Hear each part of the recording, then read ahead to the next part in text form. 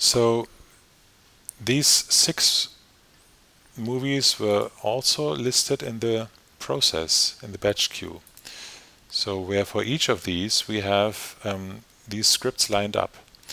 And the batch queue is at the moment set to running only one job in parallel, but later you could set this to whatever you want, whatever is efficient on your hardware.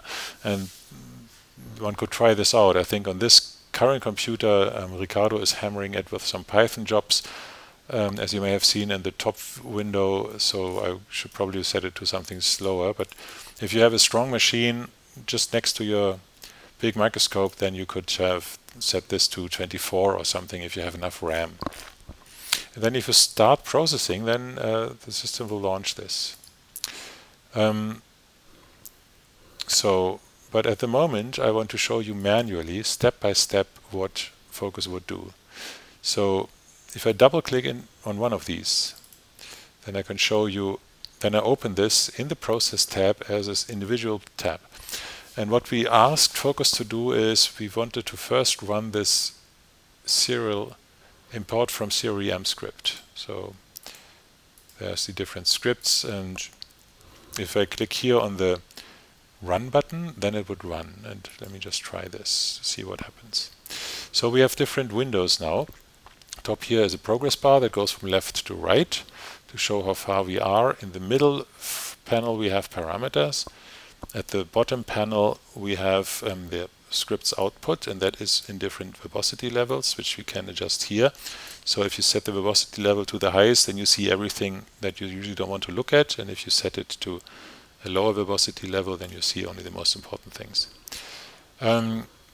Top right, you see parameters that were determined by the script, and they are then reinserted into the current database, which is in the central panel. So they go from the results panel to the database. Here on the right, you see the images panel, where images or any result file that is computed is listed, and it's listed under a nickname, but you also have the file name when you hover the mouse over it. And at the bottom you have some file preview. So if I click, for example, on the stack, the preview is black, but I can switch here over to the header view, and this just says it's a TIFF file. This is this TIFF file. Yeah. The parameters here on this field, they have, if you hover the mouse over it, they have some help function. They have an entry, and the ones that are just like this here, they are local parameters. For example, the magnification is a local parameter that is for this one movie. Yeah, or the electron dose or the file name is a local parameter that is only for this one movie valid. Then you also have global parameters. For example, a global parameter is a decision, like the decision, how do we want to do the binning? Do we want to bin these 8K movies to 4K? And if so, do we want to do this before or after drift correction? And we usually recommend, it's the fastest, to first do Motion Core 2 on the 8K movies and then have Motion Core 2 bin it by a factor of 2. So, which is done by Fourier cropping.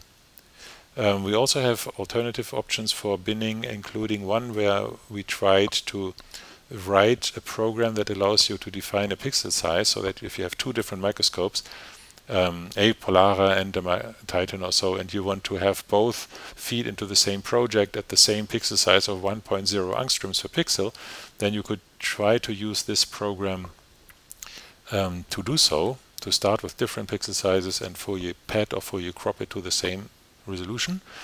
But for some reason this uses FFTW, and it may depend on the FFTW version if this works correctly or not.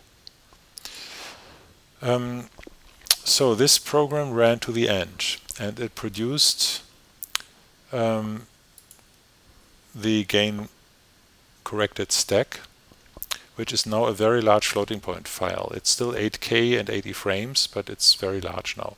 And this is on the hard drive, in this case on this fast disk, which happens to be the SSD. And this was then averaged into 2D, so this is an 8K image with only one frame, and the Fourier transform of that is computed, which is the 8K Fourier transform. Yeah. If you double-click this thing, then it opens in the full screen browser, which is here. And I'm recording this movie at the moment on a Macintosh, but it's running over TeamViewer on an Ubuntu machine, because movie recording happens to be nicer on my Macintosh, but that display is a bit odd here. It's a 4K screen that I run this on. So in this full screen browser, with the right mouse click, we have all kinds of functions. For example, you have some coordinate info if you type the I button, or you can zoom up or down with comma and dot, which I just did, or you can adjust the contrast, or you can make it brighter with B or darker, like the night is dark with N. B and N on the keyboard is next to each other. You can make a screenshot, and so on. Selection-based FFT is a like a local laser diffractometer, where you see the current local Fourier transform, and you can adjust the contrast of this thing by typing the numbers 1 to 9 on your keyboard, and you can zoom this up or down by typing minus or plus on your keyboard. But this has now really a problem with the TeamViewer remote transfer, so I try to get out of this again. The full screen browser for the Fourier transforms is different.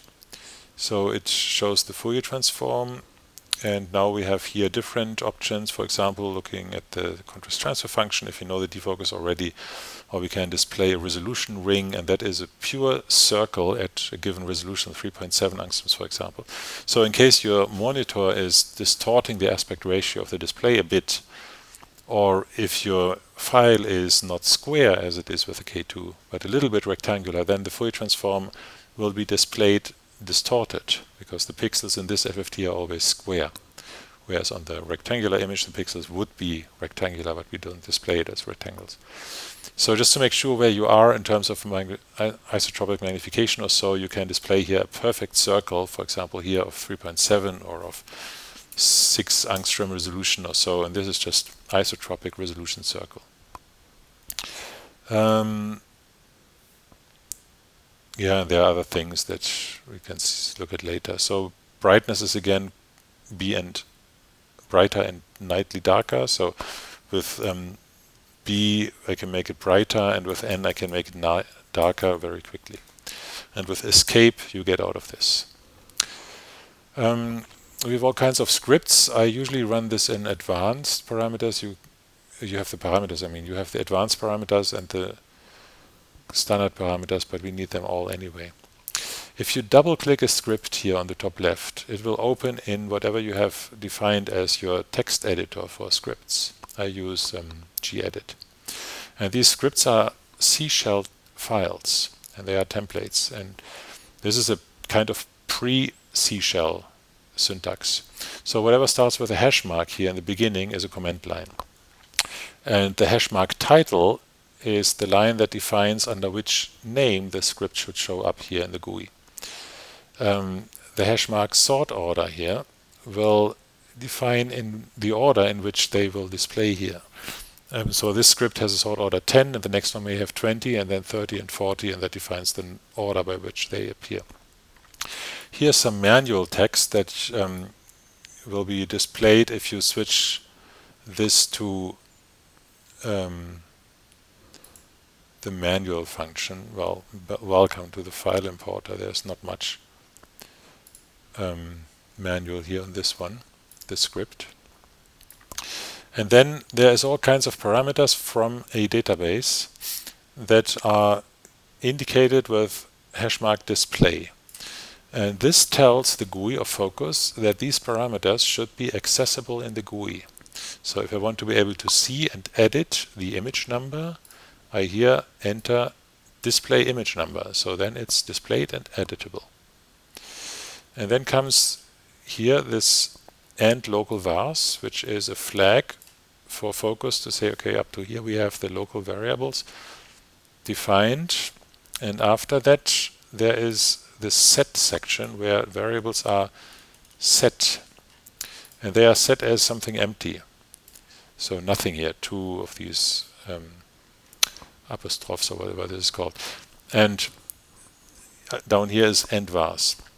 So this is a preparation, and if you later have this script and you click the play button, as we did before, then Focus will take this script template and fill in values here and make a local copy in a subdirectory proc, where then the image name is taken from here and filled in there, and everything here, all these parameters like CS and kilovolt and so will be filled in, and a new script is created which has the same file name .com, I think, and this script is then launched. So then it has obtained all these values from the central data panel.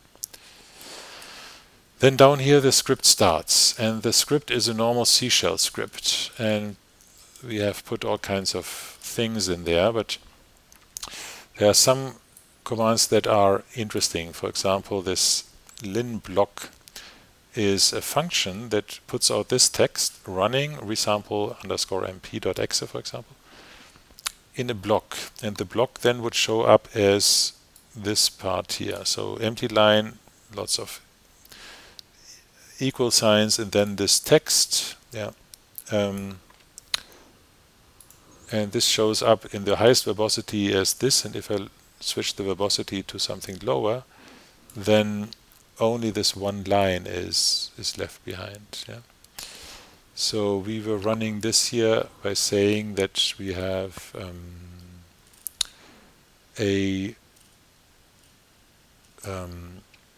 where were we here?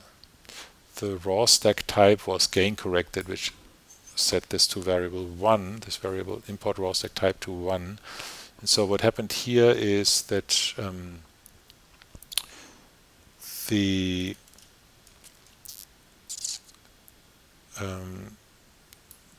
TIFF file was unpacked with clip unpack, using the gain reference and taking the raw stack and maybe pixel defect list, which we didn't have, and it was all unpacked into the fast disk. Fast disk here is a link towards the SSD drive.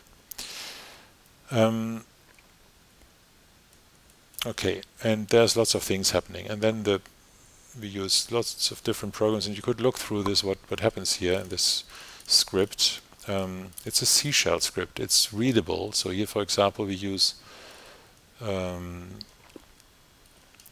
this is for other cases. Where is this? Clip truncate to deal with a histogram. Yeah, okay, this is for a different time. And then here, for example, is an output echo and this funny add progress to 100. This sets the progress bar to 100%. And echo evaluate tells the GUI to evaluate the results values from here and move them over into the database, and so on. So we can move the progress bar forward and backward from the script level. Yeah, more about scripts in a different close without saving right now. If you want to have your own script, you just have to edit this thing here, or you could also check where it is. So this is in Projects Focus, which is where I used GitHub to clone my things into, and there's scripts image, and this is import. So there's my script. If you add a text file similar to this syntax there yourself, then and you start with all these conventions, starting with a title and the sort order, and then which parameters you want to be displayed and which parameters you want to set, and you put this file there in this location, then it will show up here next time you launch Focus. So you can easily add your own scripts and have your own scripts call your own programs, whatever you want to do in addition. Use Pete or whatever, eman2, Python scripts or so. This could be a Python script also. Then if it's there, the GUI will find it and display it here. We do the output here in these verbosities by having the programs write out text, and then it will be displayed in the highest verbosity. If the text line starts with a colon, 2 dots, a colon, then it will be displayed at only the medium and lowest verbosity. And if it starts with 2 colons in the beginning, then it will be displayed here in this lowest verbosity as we are right now at. So you can have your own program or your own script decide in which way you want to output data here for which verbosity level. If you want to have a script output data into the results file, then you would do it like this here, for example. Here, the CS value is written out. So this script here says if the CS value is not yet defined, then it takes the default CS value, which is the one that we set up here, 2.7 millimeters. It fills it into this script's variable CS, and then it puts out set CS equal to this 2.7. And this is appended to a file in the subdirectory logs / script name. The current script name is import series m.script .results. And if this line set this, if this is found in this result script, it will show up here.